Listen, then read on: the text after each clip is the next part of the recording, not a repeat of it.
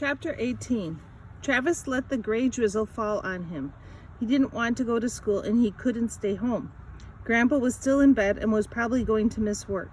Good thing Travis hadn't gotten all on board with Grandpa's changes because everything looked to be going off board pretty fast. Grandpa hadn't made dinner in days. They were running out of groceries and all the asking about homework had stopped. The whole thing had lasted, maybe a month? Travis shoved himself away from the bridge railing with a sigh. He dragged his feet through town. For a while there, he even thought he could be a new Travis, but really everything was the same, especially him. Same old Bluefish. He got to school late after the first bell. On his way to social studies, he ran into McQueen. "Mr. Roberts, pick your head up there and look around." "Oh, something wrong?" Travis shrugged. "Problem with the reading?" McQueen could make mud clump up in Travis's throat like nobody else. "Come by after fourth period. Bring the book and we'll see what tripped you up." McQueen nodded, making his eyes big. "Really? We'll fix it." Travis paused outside Gordon's room. If Velveeta poked him in the neck, he'd just tell her to quit it. She could mind her own business for once. Her seat was empty though, and relief washed all over him, along with a taste of disappointment.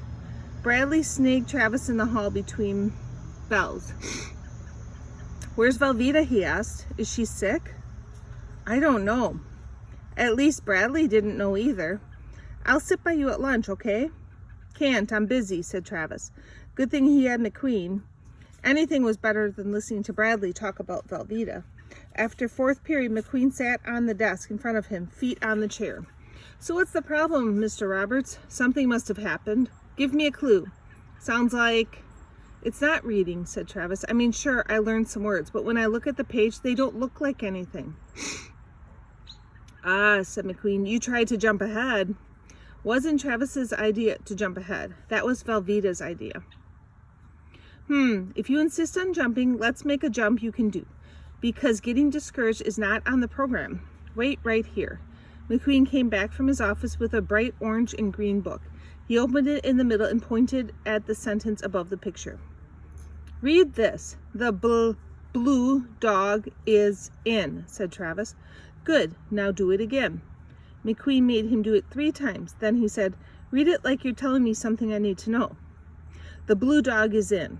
"Read it like your hair's on fire." "The blue dog is in." Travis said it a bit louder, a bit faster. McQueen grinned and closed the book. "Okay, that probably is how you'd say it if your hair was on fire.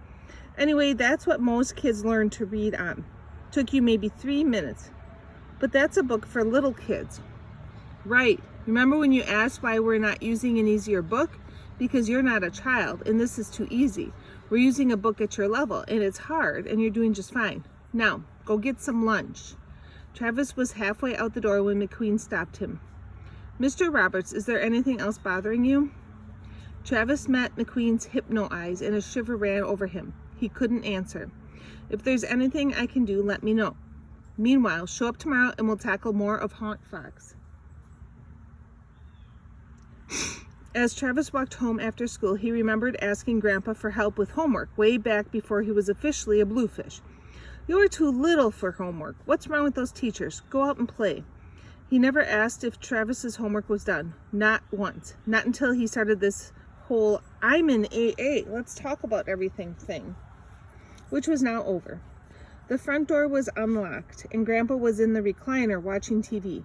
Travis went directly to the refrigerator. Nothing in there but old duels and ketchup. "We're out of groceries," he said. No answer.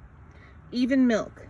Thick, stale smoke filled the house, and several empties cluttered the coffee table.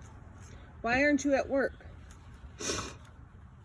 "Why aren't you at work?" Grandpa whined, mocking him. "Is that all you care about, if I'm buying groceries or not?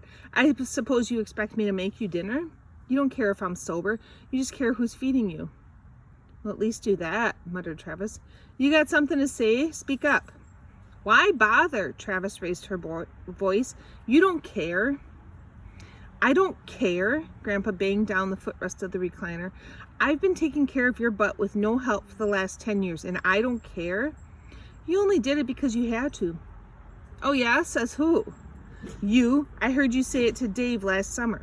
You were sitting on the porch. You said you got saddled with me and never had a say in it. It's not my fault you're stuck with me.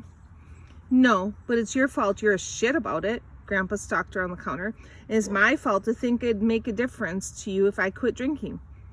Here, you're a baby. You need somebody to feed you? Grandpa yanked open the cupboard, then the fridge. He squeezed a line of ketchup on a cracker and poked it under Travis's nose. There, feed your face on that.